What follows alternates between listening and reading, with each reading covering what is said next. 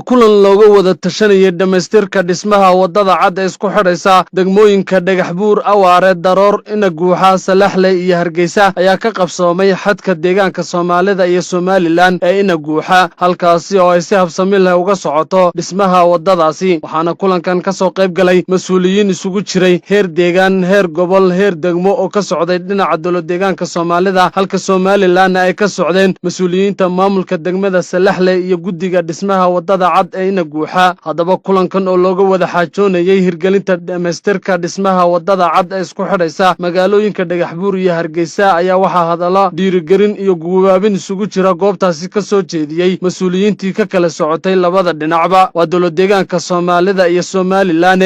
waxaanu u soconnay oo ahayd inaanu idinla taageero moraaliyan iyo ficil ahaanba wadadan aad soo bilowdeen eed ka soo bilowdeen magaalada Hargeysa ee maanta taagan meesha Inaguuxa, magaalada Inaguuxa taagan, inaanu idinkala sii dhaqaajino wixii ka dhiman baanu idinku nimid.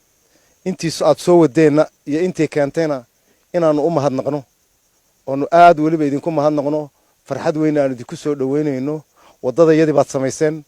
waxaan filayaa wadadan insha Allah saan ku rajaynahay in macni haweenka dhuxun jooga, dhuxun meesha la yiraahdo intiina badan in arag baa laga yaabaa in halka raashinkiisa u maraan ma rajaynana. wadadan Inaguuxa haddii la yiraahdo sida ugu dhaqsaha badan baa kulay dawladdu way gudbisay. haddaan anagu nahay yani dawlad deegaan ahaan xafiiska madaxweynuhu wadooyinka uu ahmiyadda gaarka ah siinayo ee uu leeyahay hala sameeyo sanadahan soo socda ayaanu ku daray. waxaa jira wax la yiraahdo 10kii sanaba Itoobiya marbay waxay samaysataa strategic plan ay samaysataa. 10kaa sano ee hadda soo socda strategic plan-ka ayaga ugu muhiimsan waxaa ka mid ah wadada Inaguuxa. wadada Inaguuxa waxay ku xidhmi doontaa haddii la yiraahdo wada kale oo laami ah oo Dhagaxbuur ka baxayso ilaa Nogob tagaysa, mid kale oo taa ka sii baxayso Erar tagaysa gobolka la yiraahdo. haddana halkaa waxaa kaga xidhmaya Baali oo iyaduna mid la yiraahdo regional integration, wada wareegta oo Oromo oo dhan iyo shucuubta koonfureed dhex galaysa weeyaan. marka ahmiyadda noocaas ay horta wadadan leedahay. ujeedada wadadan loo dhisayo kaliya tama hayna wadadii aan taagno ilaa Dhagaxbuur aan isku xidhno. waxa ka ballaaran isdhexgalka iyo dhaqaalaha, kobaca dhaqaalaha ee koreeya labada dhinacba soo gaaraya. Inaguuxa waan arkaynaa maanta wax ka dhisan iyo sidoo yahay. kaliya wadada inaan marino ilaa halka gaaraysa ma aha muhiim.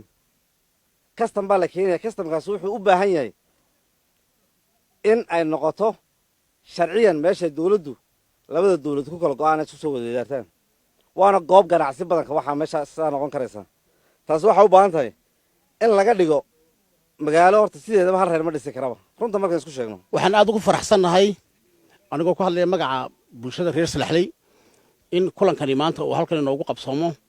ujeedada dhismaha wadadan loo soo waday wuxuu ahaa in ay wadadani noqoto meel abuurta ama keenta nidaam koboc dhaqaale ah, bulshadeenna adeeg fiican siisa. waxaa muuqata markaynu qiimayno kulankeenan ama aan dhageystay hadalladii halkan laga yidhi in ujeeddadii wadadan loo waday ay noqonayso mid hirgasha insha Allah billahi kariim. dhinaca kale qaar ka mid ah odayaashii labada dhinac ayaa sheegay in iyagoo iskaashanaya ay ka qayb qaadan doonaan dhamaystirka wadadan. qurba jooga, baayac mushtarka, dawladda, dhammaan dadaal fara badan oo aan kala hadh lahayn ayaa loo soo sameeyey. waana maanta halkaa runtii lagu soo gaaray.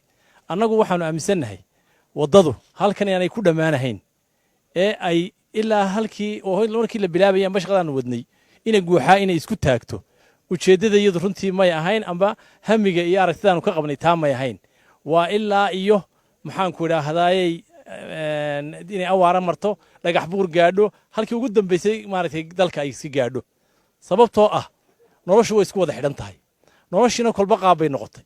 haddii berigii hore dagaal iyo cunuf iyo isriixid lagu riixi jiray, hadda wixii way isbedeleen.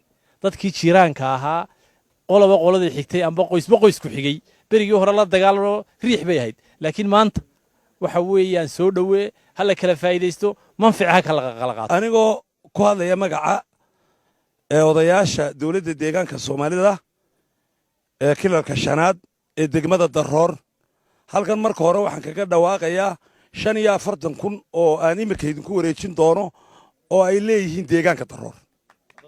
waddadu ay leedahay waddada deegaanka daroor oo lagu gaadhsiin doono dhinaca oo kii koobaada siday dadku u dhiiradaan dhinacana hadduu soo waday qolada dhinaceennanuna waa inaynu qaadhaanka bilowna dee dabeedna 45 kun oo biroo nimanka idinku wareejin doono golihiinna ka mideedka oo shacabka deegaanka daroor leeyahay oo waddada aad ku dhigi doontaan ay kaga qayb geli doonaan waa tii ugu horreysay ta labaad hadday xoolo tahay iyo hadday tahay adduun intaba inay 3 degmo ka daba qayb qaataan oo ay lagu dhawaaqaaba ahayd qaadhaankaas oo aynu bilowno si ay hawshu noogu socoto haddaba labadani shacab oo si iskood ah waddadan u samaysanaya ayaa hadda ka hor ahaan jirtay bulsho ay TPLF isku dhufan jirtay dhibaatooyin badanna ay kala dhexdhigi jirtay waddadanina waxay hordhac u tahay amniga iyo deganaanshaha deegaanka iyo isdhexgalka bulshada deegaanka iyadoona ka qaybgalka bulshadana